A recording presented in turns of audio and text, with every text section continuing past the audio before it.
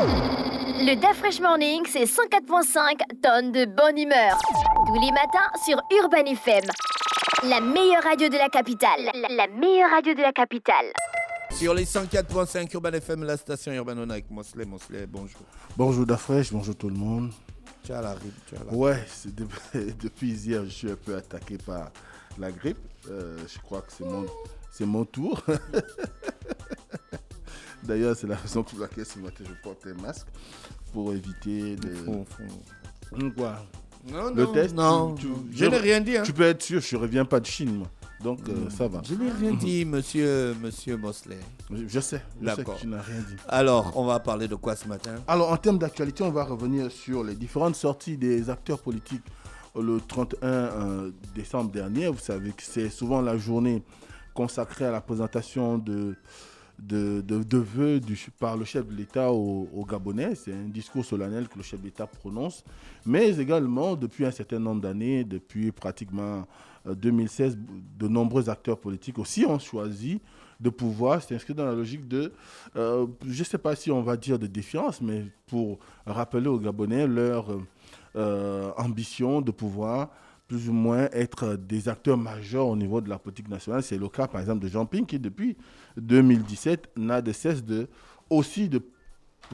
faire un discours à la nation le 31 pour marquer ce qu'il considère toujours comme sa victoire par rapport à l'élection présidentielle de 2016. Donc, pour 2022, le chef de l'État a fait un discours mêlant bilan, mais également invitation, parce que dans un premier temps, il a fait un tour d'horizon sur les différentes réalisations durant ces 14 années, on va dire, puisque l'élection présidentielle est prévue pour le mois de 2023. Donc on peut dire que c'était déjà un premier bilan, en attendant qu'il y ait la période de campagne et la période qui pourra plus ou moins permettre à ceux qui reviennent largement sur ces réalisations. Mais il a quand même avancé un certain nombre de réalisations qui sont à mettre à son bénéfice depuis son arrivée à la tête du pays. On peut citer entre autres des questions de société, notamment en rapport par exemple avec la révision du code civil gabonais, où on a vu des transformations en termes de loi pour permettre à ce que la question de la pro-genre soit beaucoup plus marquante et que nos lois soient en phase avec l'évolution du monde. Et vous savez que le chef d'État s'est toujours présenté comme le grand défenseur de la cause des femmes, mais aussi et surtout celui qui est là pour permettre à ce qu'il y ait une certaine considération en termes d'égalité homme-femme.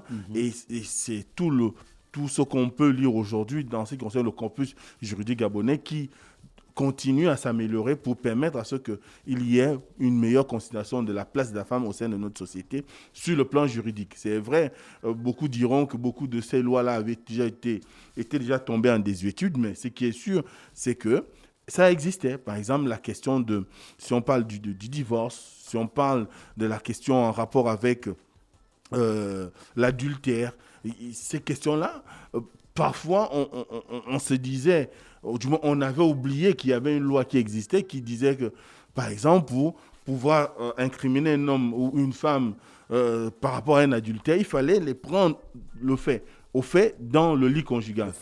En flagrant délit dans le lit conjugal. Donc ça veut dire que même si c'était au salon ou dans le lit des enfants, au motel, à l'hôtel, je ne sais pas. C'est qui a favorisé la prolifération des motels dans notre pays. Voilà, vous n'étiez pas totalement responsable. Donc il fallait qu'on vous prenne dans le lit conjugal.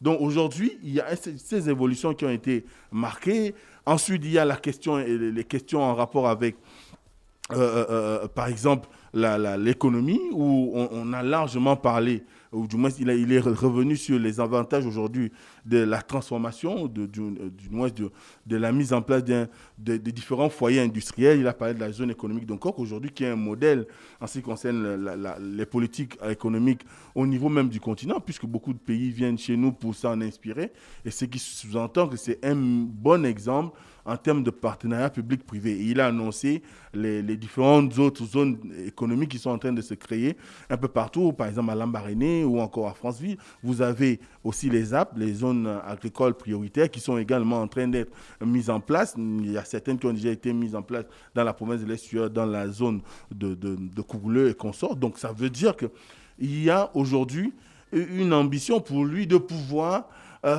concrétiser, du moins aller dans le sens de consolider ces acquis-là, ces avancées sur le plan des infrastructures. Il reconnaît tout n'est pas encore au niveau qu'on attendait, mais il y a des avancées qui ont été faites. D'ailleurs, c'est la raison pour laquelle il a invité les oppositions ou l'opposition à faire quand même montre d'une certaine lucidité dans la lecture des réalisations qui sont faites par le gouvernement et ne pas forcément tomber dans le populisme qui, encore, comme il a dit, est un cancer pour la démocratie. Donc à ce moment-là, et après avoir fait tout le bilan autour de ces quelques points qu'il a énumérés, il a invité, du moins, il a annoncé une rencontre qu'il y aura avec l'opposition. On n'a pas eu de date, mais toujours est-il qu'il est favorable désormais à ce qu'il y ait une rencontre avec l'opposition, ou qu'il y ait une rencontre de la classe politique nationale, parce qu'il faut savoir que les oppositions, peu importe leur coloration, avaient déjà formulé cette ambition de pouvoir amener le chef d'État à organiser une rencontre politique qui favoriserait un apaisement lors des prochaines élections générales. Et vous savez, par exemple, que c'est le cas de l'Union nationale qui en a appelé à travers son président, Paulette Missambo, à cette concertation nationale-là. On avait reçu un de ses vice-présidents, Jean-Gaspard de Toumaï, ici, qui en avait parlé, tout comme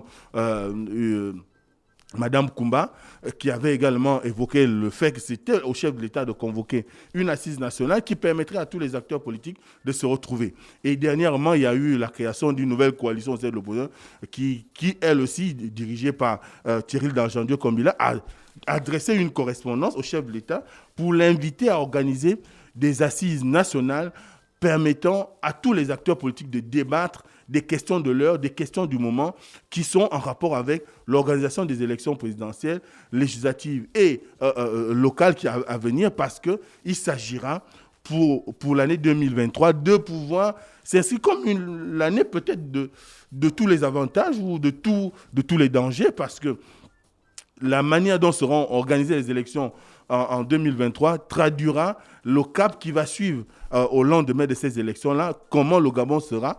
Et à ce moment-là, le chef de l'État a invité donc la classe politique à se retrouver. Certainement, d'ici là, on aura les contours en rapport avec la date et peut-être le thème ou les questions qui seront traitées à ces assises. Mais déjà, il y a déjà un point important, parce que pour lui, il est important aujourd'hui, du moins il est nécessaire de pouvoir aller à cette rencontre pour pouvoir plus ou moins trouver des voies qui permettraient un apaisement. Et surtout, vous savez que le chef d'État a été reçu avec 5 autres chefs d'État africains dans les pays qui auront organisé les élections présidentielles en Afrique en décembre dernier par Joe Biden.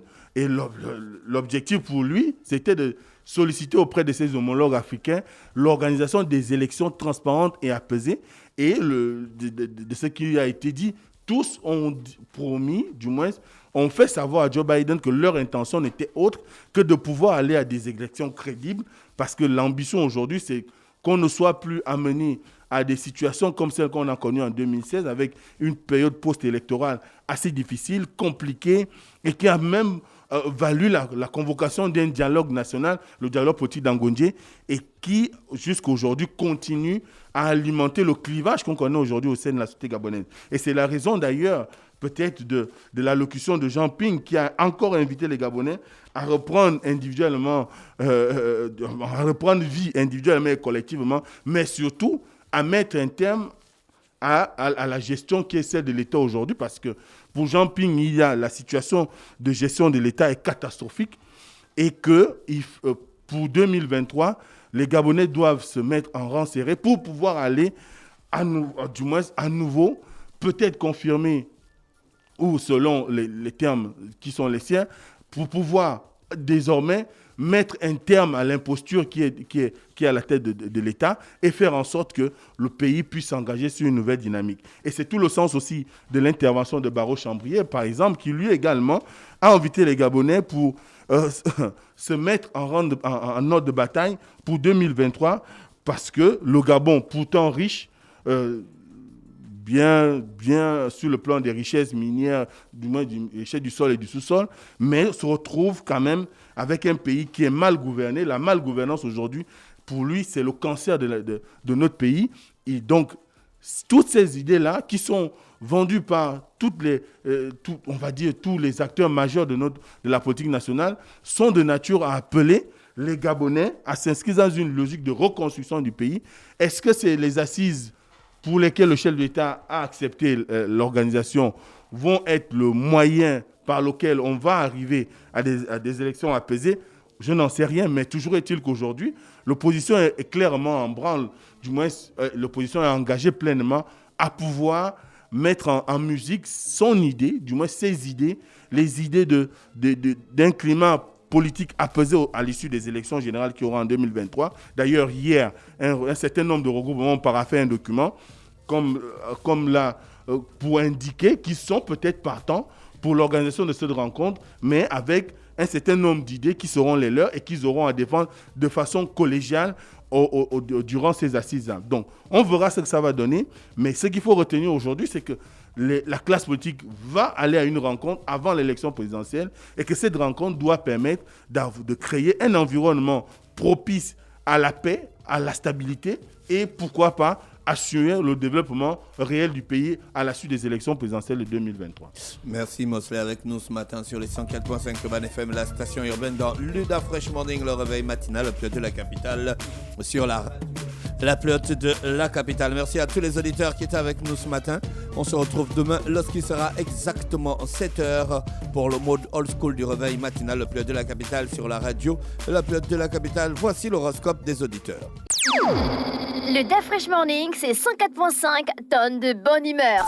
Tous les matins sur Urban FM. La meilleure radio de la capitale. La meilleure radio de la capitale.